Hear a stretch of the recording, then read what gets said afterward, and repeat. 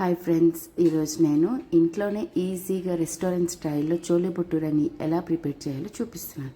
దానికి ముందుగా మనం కొన్ని ఆనియన్స్, ఒక 3 టమాటో, ఒక 2 పచ్చిమిర్చిని బాగా ఫైన్ పేస్ట్ చేసుకొని పక్కన పెట్టుకోవాలి. దాని తర్వాత ఆయిల్ వేసుకొని ఆయిల్ బాగా వేడెక్కాక ఒక 3 ఇలాచి, కొంచెం జీలకర్ర, ఒక 2 బిర్యానీ ఆకులు వేసుకొని బాగా ఎగనివ్వాలి. అది బాగా వేగాక ముందుగా మనం పేస్ట్ చేసుకొని పెట్టుకున్న ఈ పేస్ట్ని కూడా ఆయిల్లో వేసుకొని బాగా ఎగనిచ్చి బాగా వేగాక ఆయిల్ అంతా పైకి తేలుతుంది. అప్పుడు అది బాగా వేగినట్లు అలా ఆయిల్ పైకి వచ్చాక వీడియోలో చూపిస్తున్నట్లుగా మనం కొంచెం అల్లం వెల్లుల్లి పేస్ట్ని కూడా వేసుకోవాలి.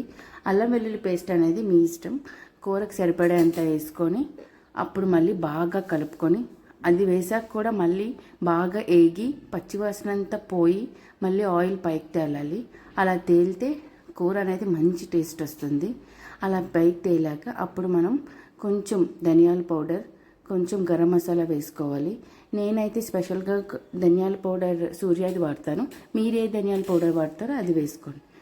గరం మసాలాకు వచ్చేసరికి నేనైతే ఎవరెస్ట్ది యూజ్ చేస్తాను, మీకు వీడియోలో చూపిస్తున్నట్లుగా. సో అది కూడా కూరకు సరిపడేంత వేసుకొని అవన్నీ బాగా కలిసేటట్లు కలుపుకోవాలి. దాంతోపాటు సాల్ట్, నేను కొంచెం బ్లాక్ సాల్ట్ యాడ్ చేస్తున్నాను. ఈ బ్లాక్ సాల్ట్ యాడ్ చేయడం వల్ల సాల్టీనెస్ కర్రీకి చాలా బాగా పట్టి మంచి రెస్టారెంట్ స్టైల్లో టేస్ట్ వస్తుంది. సో ఈ 3 వేసుకున్నాక బాగా ఒకసారి కలుపుకొని అది అంతా మంచిగా కలిసేంత వరకు కలిపి వీడియోలో చూపిస్తున్నట్లుగా అప్పుడు మనం ముందుగా ఉడకబెట్టుకున్న కాబూలి చనాలు కొన్ని తీసుకొని దాన్ని కూడా ఇలా థిక్ పేస్ట్ కింద చేసుకోవాలి. ఆ థిక్ పేస్ట్ని ఇవన్నీ బాగా వేగాక ఇందులో వేసుకొని మళ్ళీ ఒకసారి మొత్తం అన్నీ కలిసేటట్లు కలుపుకొని ఈ థిక్ పేస్ట్ కూడా వేసుకున్నప్పుడు మసాలాలన్నీ దానికి బాగా పట్టినట్లుగా మొత్తం ఒకసారి బాగా కలుపుకొని కొంచెం వాటర్ యాడ్ చేసుకోవాలి. సో ఇలా చేయడం వల్ల ఏమవుతుందంటే మసాలాలన్నీ కూడా కాబూలి చనా పేస్ట్కి పడుతుంది. అప్పుడు మనకి గ్రేవీ అనేది చాలా థిక్గా వస్తుంది. అందుకే మీరు చూసినట్లుగా అయితే రెస్టారెంట్ స్టైల్లో చేసేటప్పుడు చోలే భటూరే గ్రేవీ చూస్తే చాలా థిక్గా వస్తుంది.